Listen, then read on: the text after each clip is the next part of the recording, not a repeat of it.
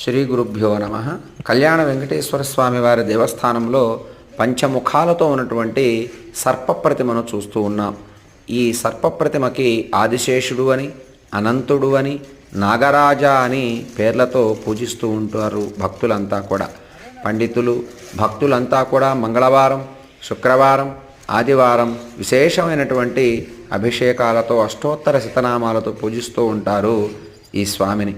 పూజించినందువల్ల వివాహం కానటువంటి వారికి శీఘ్ర వివాహం కలుగుతూ ఉంది.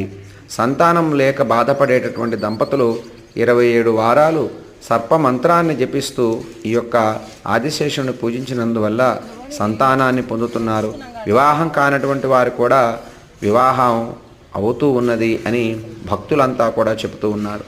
ఈ ఆదిశేషుడికి శీఘ్ర ఫలితం ఇచ్చేటటువంటి సమర్థత పరమాత్మ ఆదిశేషుడికి ఇచ్చాడు అని శాస్త్రం చెప్తోంది.